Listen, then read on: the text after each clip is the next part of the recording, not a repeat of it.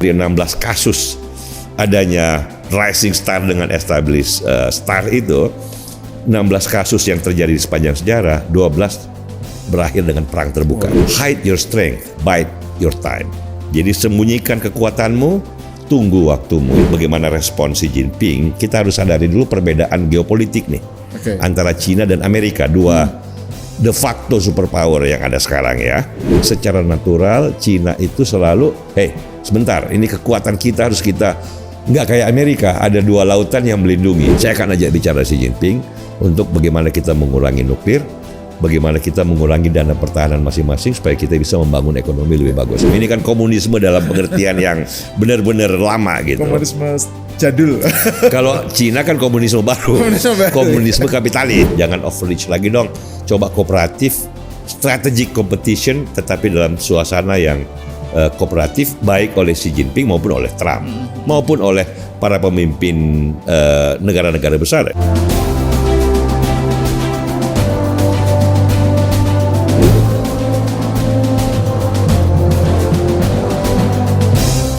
Simposium Beijing itu kita bisa baca sebagai pertanda bahwa Xi Jinping itu adaptif ya dalam aspek domestik tadi kita udah bicarakan Jal. Nah aspek internasionalnya gimana? Kan ini kan terjadi dalam situasi ada Trump yang mengumpulkan Pax Americana berubah. Pax Americana, kemudian Eropa yang juga sudah kita bahas ya. Eropa bergerak ke kanan gitu. Nah apa yang menurut Celi sudah rezim kanan nih, tapi di kiri. Betul. Nah menurut Celi gimana? Kanan di kiri. Pertanyaan besarnya itu juga Hal. Setelah indikasi politik dan ekonomi domestik yang adaptif ya si Xi Jinping ini, pertanyaannya adalah apakah terhadap dunia luar, foreign policy dan geopolitik juga adaptif. Karena tren jangka panjangnya kan kalau kita lihat ya, ini kan sekali lagi 10 tahun terakhir kan dia kelihatannya Xi Jinping ini memimpin Cina lebih asertif, lebih quote and quote agresif, ya, bukan agresif dalam pengertian menyerang, bukan, tetapi lebih setelah naik dia mau perlihatkan nih loh Cina, naga sudah mulai kokoh berdiri gitu loh kira-kira. Nah ini kan agak berbeda dengan periode awal Deng Xiaoping kan, pada saat Cina dia menjadi nahkoda dari pembalikan Cina dari Mao ke Deng yang membangun yang hasilnya dinikmati oleh generasi sekarang oleh Xi Jinping dan kawan-kawannya gitu. Dia ada satu ungkapan yang bagus yang menggambarkan peaceful rise of China. Peaceful rise. Jadi naik luar biasa loh, 1,4 miliar manusia naik cepat. Ekonominya kan harus, kalau negara-negara besar gak suka kan bisa berbahaya buat Cina dari segi itulah ya, dari segi real politik gitu. Real politiknya, karena itu Deng Xiaoping mengatakan bahwa sabar dikit, ungkapannya itu bagus banget. Hide your strength, bide your time. Jadi sembunyikan kekuatanmu, tunggu waktumu. Ini kan ungkapan taktis bahwa ada kalanya, ada waktunya kita harus membangun dulu ya politik internasional kita. Bersahabat aja deh, jangan dulu tunjukkan bahwa kamu negara kuat, negara superpower gitu loh. Ada waktunya untuk itu. Bersahabat dengan superpower yang ada. Yang ada. Nah, pada saat Hu Jintao dan terutama Xi Jinping itu berubah, bukan lagi bide your time dan preserve atau hide your strength gitu loh. Seolah-olah show your strength. Jadi kelihatan mulai terjadi dinamika. Dan saat itu waktu Trump pertama 2016 dia bilang China is now a threat. Presiden pertama yang mengatakan bahwa China itu ancaman bagi Pax Americana itu Trump. Itu keanehan Trump, tetapi juga respon terhadap asertivitas China di bawah Xi Jinping secara foreign policy kan di situ masalah Taiwan, ada South China Sea. Nah, memang kalau geopolitik kita harus sadari hal ini sebelum kita bicara apa ke depan, bagaimana respon Xi Jinping, kita harus sadari dulu perbedaan geopolitik nih antara Cina dan Amerika, dua de facto superpower yang ada sekarang ya. Kalau Amerika itu kan bisa dikatakan natural superpower.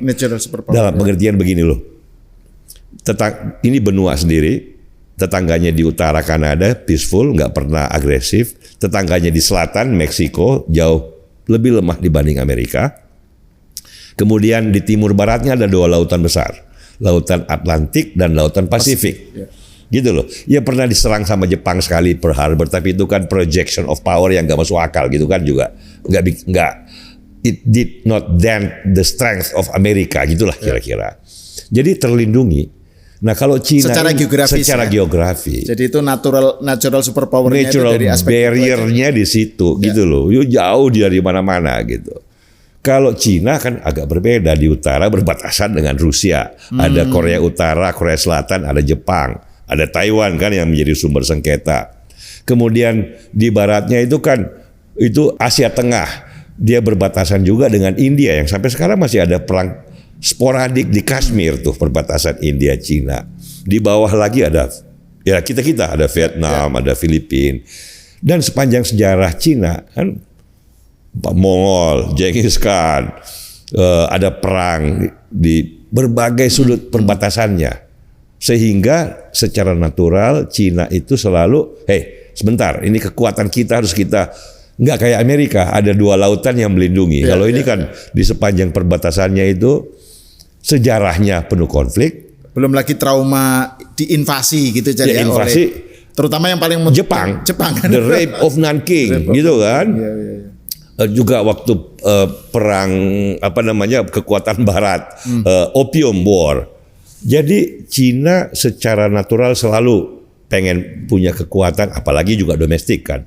Makanya perang sipil itu kan juga tidak pernah selesai sepanjang sejarahnya kan, sehingga mereka naturally pengen punya strong man. Makanya Mao Zedong, apapun kesalahannya, orang Cina kan sangat menghargai Mao.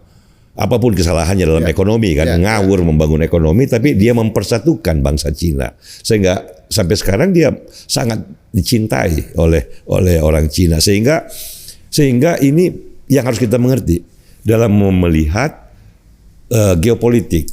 Nah, memang kita bisa berkata kepada Xi Jinping bahwa dengarkan orang sahabat seperti Henry Kissinger atau Deng Xiaoping atau Henry Kissinger mengutip satu Dai Bingguo. Dai Bingguo ini statesman lama yang juga mengatakan bahwa ya sama dengan Deng Xiaoping kan, peaceful rise of China itu penting.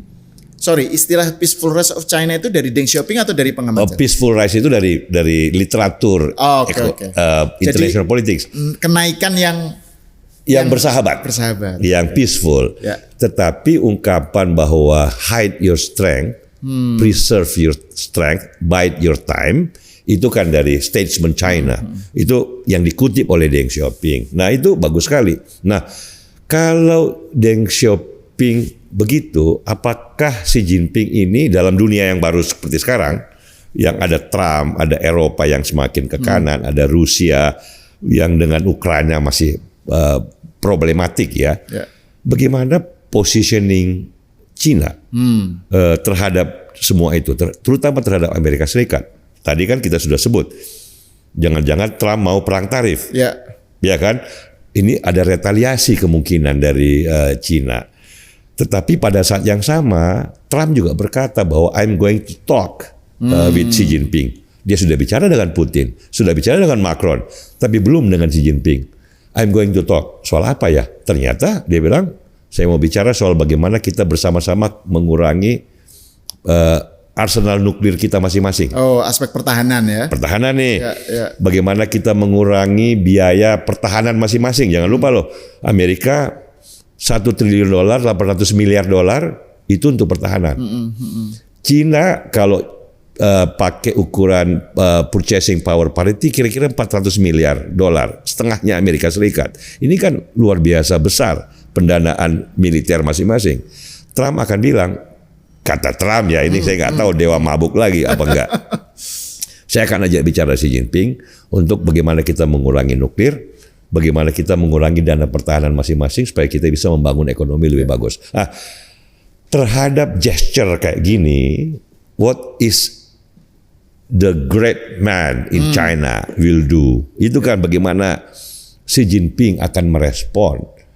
Apakah kita terperangkap mereka berdua dengan narasi perang tarif.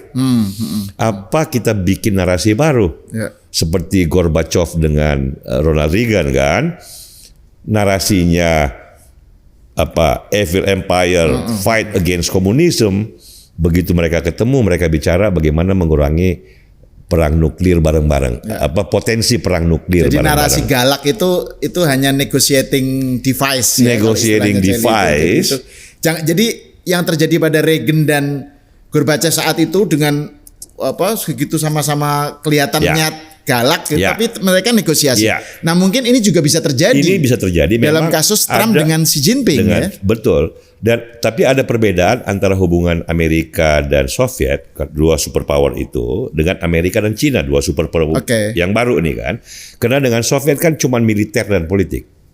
Ya, karena kan Soviet bukan pesaing ekonomi Amerika. Soviet nggak ada pertumbuhan ekonomi, nggak ada dinamika ekonomi. Ini kan komunisme dalam pengertian yang benar-benar lama gitu. Komunisme jadul. Kalau Cina kan komunisme baru, komunisme kapitalis, gitulah kira-kira. Tadi otoritarian kapitalisme. Nah, karena itu dengan Cina bukan hanya kesepakatan nuklir dan pertahanan kan, bagaimana manage competition, bagaimana kompetisi ekonomi yang tak terhindarkan. Ini bagusnya nih. Dari istilah Kevin Rudd, strategic manage competition, karena tak terhindarkan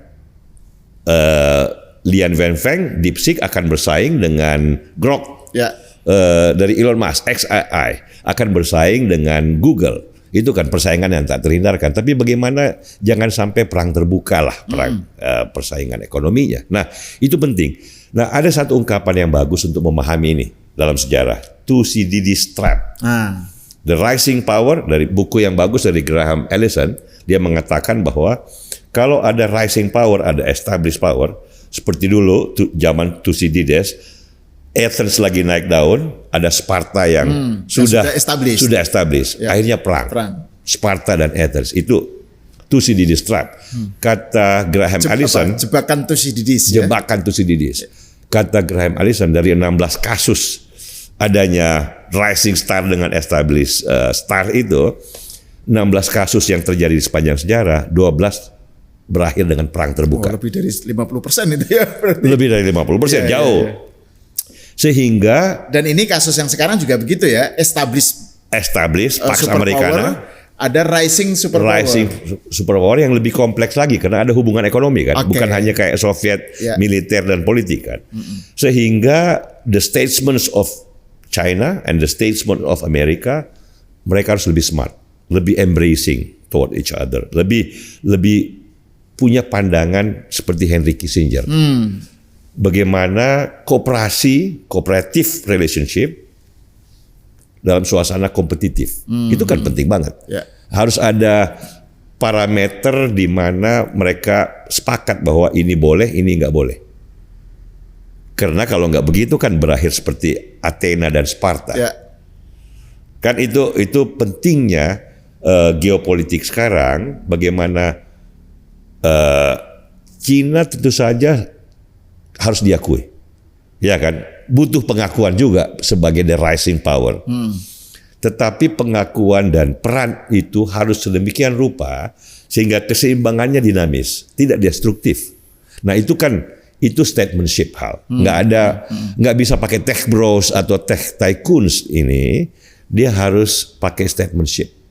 Ini yang kita tunggu dan ini yang kita lihat berkembang dalam bulan-bulan atau tahun-tahun ini hal. Ini yang paling menentukan nanti arahnya Cina ke depan, arahnya Amerika ke depan, dan kita semua.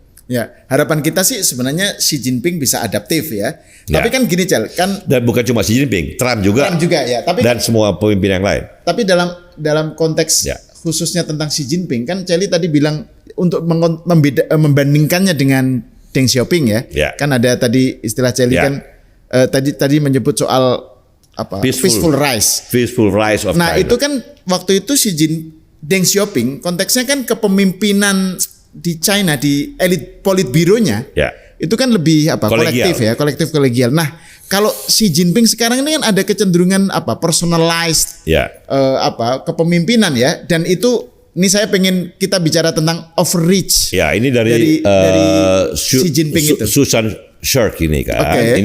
Ini profesor dari San Diego yang menulis sangat bagus bahwa ya tendensi di bawah Xi Jinping itu overreach, baik domestik ekonominya maupun international politicsnya kan. Makanya kan Jack Ma segala macam dikebiri kemarin. Tapi kan jadi kalau ada sesuatu yang kelihatannya agak mengancam, dikontrol lagi. Makanya gitu kan ya. Dan kita berharap State bahwa heavy, gitu ya. kita berharap bahwa simposium Beijing itu adalah pertanda bahwa itu sudah mulai ada paradigm shift.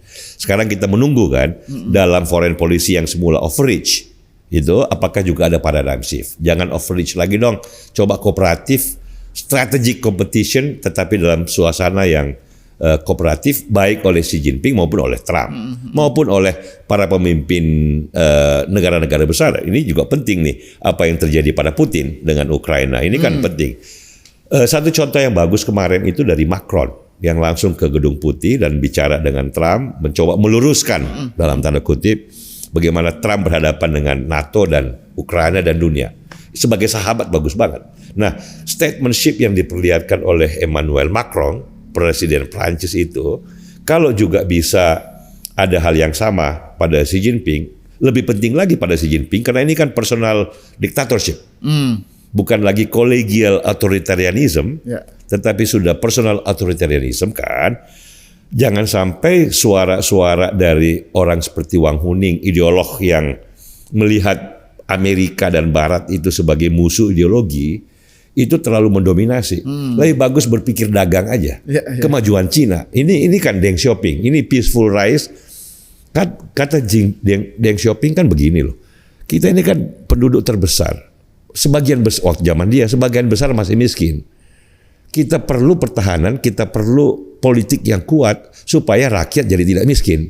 Supaya rakyat Cina jadi maju. Kan tujuannya itu. Nah, jangan dibalik tujuannya. Bukan rakyat harus mendukung kebesaran negara, itu kan cara berpikir lama semua pemerintahan. Tetapi kekuatan negara untuk mendukung kemajuan rakyat. Kan itu sebenarnya. Jadi negara hadir bukan buat negara itu sendiri. Nah ini bahwa negara kita dibutuhkan oleh rakyat Cina supaya tidak lagi perang sipil, tidak lagi dijajah atau ditaklukkan negara lain, itu penting. Tetapi in the end, negara hadir untuk melayani rakyatnya. Nah rakyatnya butuh apa sekarang? Kan itu kemajuan, stabilitas, pemerintahan yang kompeten. Ya kayak bagus sekali kalau dia bisa seperti Lee Kuan Yew kan. Lee Kuan Yew bukan cuma domestik politiknya yang bagus, tetapi juga international politiknya. Singapura dianggap sebagai players in geopolitics yang advisory role-nya bagus banget. Kira-kira kayak gitu hal. Sebagai penutup bagus banget deh.